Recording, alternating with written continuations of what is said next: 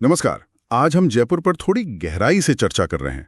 वो शहर जिसे हम सब गुलाबी शहर के नाम से जानते हैं। हाँ बिल्कुल। और हमारे पास इसके इतिहास, इसकी संस्कृति और आज ये शहर कैसे बदल रहा है, इस पर कुछ दिलचस्प जानकारी है।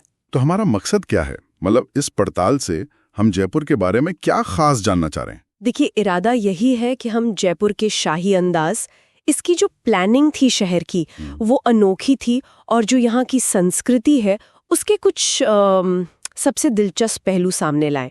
वो बातें जो इस शहर की असली पहचान बताती हैं। बढ़िया। तो चलिए शुरुआत करते हैं इसकी नींव से। 1727 में महाराजा सवाई जयसिंह द्वितीय। हाँ, उन्होंने ही बसाया था। असल में आमेर में आबादी बढ़ रही थी, पानी की भी कुछ कमी थी, तो उन्हें एक नई राजधानी की जरूरत महसूस हुई, और वो भी पूरी तरह से प्लान की हुई। अच्छा, मतलब ऐसे ही नहीं बस गया? नहीं, बिल्कुल नहीं। उन्होंने वास्तुकार थे विद्याधर भट्टाचार्य, उनके साथ मिलके प्राचीन भारतीय वास्तु सिद्धांत, मतलब शिल्पशास्त्र या वास्तुशास्त्र, उसके आधार पर पूरा ग्रिड पैटर्न में शहर बसाया। कमाल है। ये तो शायद भारत के पहले प्लान्ड शहरों में से एक होगा। उस वक्त के हिसाब से तो बहुत बड़ी बात रही होगी। यकीनन बहुत आगे की सोच थी। और ये गुलाबी शहर नाम कैसे पड़ा? मतलब सुना तो है कि राजकुमार के स्वागत में रंगा गया था, पर बस यही वजह थी? कहानी तो यही है। अच्छा। 1876 की। हाँ। वेल्स के राजकुमार आने वाले थे। हाँ। तो महाराजा राम सिंह ने पूरे शहर को एक खास रंग, टेराकोटा गुलाबी, उससे पुतवा दिया। अच्छा। हाँ, ये रंग मेहमान नवाजी का प्रतीक तो माना ही जाता है, पर इसने शहर को एक, आप कह सकती हैं, एक अलग पहचान दे दी, एक शाही लुक, और वो पहचान आज तक है। सही बात है। और इस योजनाबद्ध शहर की इमारतें भी तो देखने लायक हैं। हवा महल को ही ले लीजिए, वो 953 खिड़कियां जो रोके जिन्हें कहते हैं। हाँ, कमाल की वास्तुकला है, ताकि शाही घराने की महिलाएं सड़क का जीवन देख सके, पर्दे में रहकर। क्या सोच थी बनाने वालों की। और ये तो बस एक नमूना है। आमेर किला देखिए, वो यूनेस्को वर्ल्ड हेरिटेज साइट है। राजपूत और मुगल आर्किटेक्चर का क्या शानदार मिश्रण है। और उसका शीश महल। हाँ, शीश महल तो सुना है बहुत खूबसूरत है। बिल्कुल। फिर जंतर मंतर है, वो भी यूनेस्को साइट। महाराजा जयसिंह खगोल विज्ञान में बहुत रुचि रखते थे। हाँ, वो ऑब्जर्वेटरी। जी, 18वीं सदी की, और उसमें दुनिया की सबसे बड़ी पत्थर की धूप घड़ी है, सम्राट यंत्र, आज भी बिल्कुल सही समय बिताती है। अद्भुत। और सिटी पैलेस? सिटी पैलेस का एक हिस्सा आज भी शाही परिवार का निवास है, और बाकी हिस्से में म्यूजियम है, जहां पुराना इतिहास सहेज कर रखा गया है। इमारतों से हटकर अगर देखें तो जयपुर की संस्कृति भी उतनी ही रंगीन है ना।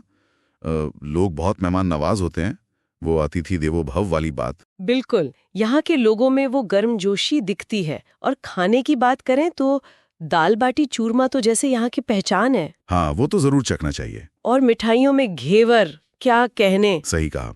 और कला शिल्प का क्या? ब्लू पॉटरी बहुत मशहूर है शायद। हाँ, वो नीले रंग के बर्तन, फिर बंधेज और ब्लॉक प्रिंट वाले कपड़े, और जौहरी बाजार तो है ही।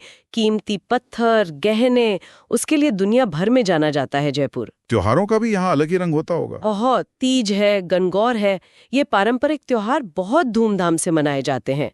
और मकर संक्रांति पर पतंग उत्सव, आसमान पूरा पतंगों से भर जाता है। हाँ, वो तो देखा है तस्वीरों में। और आजकल तो वो जयपुर लिटरेचर फेस्टिवल भी काफी बड़ा हो गया है। हाँ, उसने भी शहर को एक अंतर्राष्ट्रीय पहचान दी है। ये सब चीजें जयपुर की ऐतिहासिक और सांस्कृतिक अमीरी को दर्शाती हैं। लेकिन ऐसा नहीं है कि शहर बस अपने इतिहास में ही जी रहा है। सही कह रही हैं। आजकल का जयपुर कैसा है, मतलब आधुनिकता कहाँ दिखती है? देखिए, पर्यटन और हैंडीक्राफ्ट्स तो आज भी अर्थव्यवस्था के मुख्य आधार हैं, पर साथ ही जयपुर स्मार्ट सिटी मिशन का हिस्सा है। अच्छा। हाँ, शहर का इंफ्रास्ट्रक्चर सुधर रहा है, जैसे जयपुर मेट्रो शुरू हुई है। हाँ।